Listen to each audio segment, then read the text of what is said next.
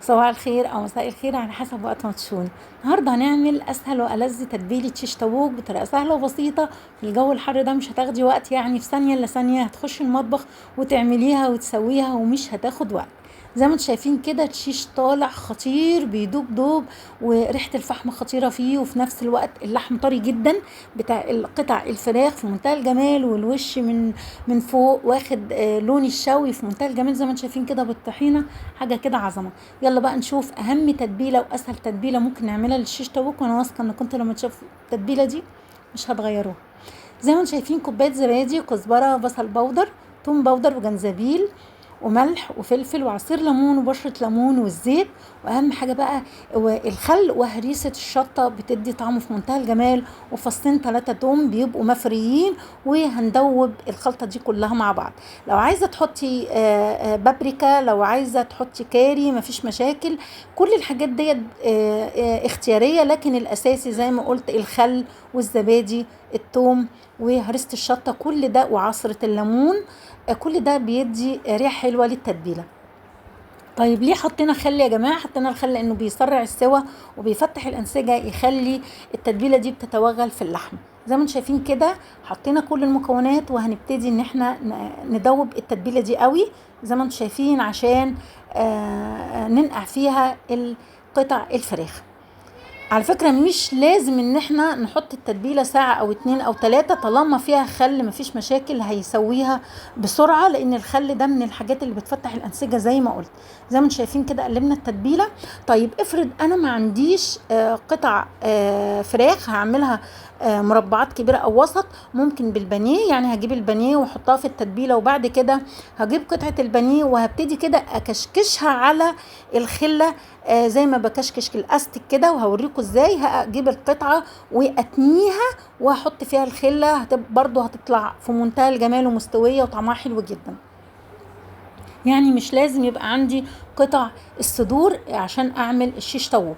زي ما انتم شايفين كده حطيتها بقى في التتبيله، ومش لازم ان هي تقعد فتره طويله، وممكن ان انا احطها في الفريزر بالشكل ده عشان تبقى جاهزه.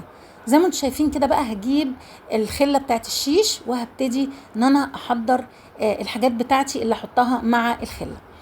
هجيب هنا بصل، وهجيب فلفل الوان او فلفل اخضر، وهجيب طماطم. لو عندي طماطم شيري مفيش مشاكل، لو عندي طماطم سليمه كبيره بقطعها زي ما انتم شايفين كده مربعات. اول حاجه هي ملهاش ترتيب معين، الترتيب اللي يعجبك، ولكن قطعه البصل اللي انا هحطها تحت قطعه الفراخ لازم تبقى باصه لفوق زي ما انتم شايفين كده عشان تطلع العصاره بتاعتها. وقطعه البصل او الطماطم او الفلفل اللي من فوق قطعه الفراخ لازم تبقى باصه لتحت كده، عشان تبقى على قطعه الفراخ، علشان يتشربوا من العصاره اللي بتطلع من البصل والفلفل. زي ما انتم شايفين كده خلصتها، وهبتدي ان انا احطها على الشوايه او احطها في الفرن. الشوايه دي ليها غطا وبتستوي بطريقتين، يا اما احط نص كوبايه ميه، بنص كوبايه ميه لغايه ما يستوي، طبعا ليها غطا. واول ما قرب ما تستوي هبتدي ان انا ما احطش ميه خالص عشان تاخد لون الشوي، تاخد اللون اكنه تحت الشوايه. في طريقة تانية ان انا بحط ورق ألومنيوم من تحت واحط الفحم، وبرضو بتستوي عليها، وبنفضل نقلبها زي ما انتم شايفين. انا عملتها عكس بعض عشان تاخد الكمية كلها بتاعة الشيش طاووق. زي ما انتم شايفين كده حطيت المية وبغطيها، واول ما اعلي النار عليها 10 دقايق، بعد كده اوطي النار عشان تستوي على مهلها. اللون ده لما بغطي الشواية بيدي اللون ده لوحده.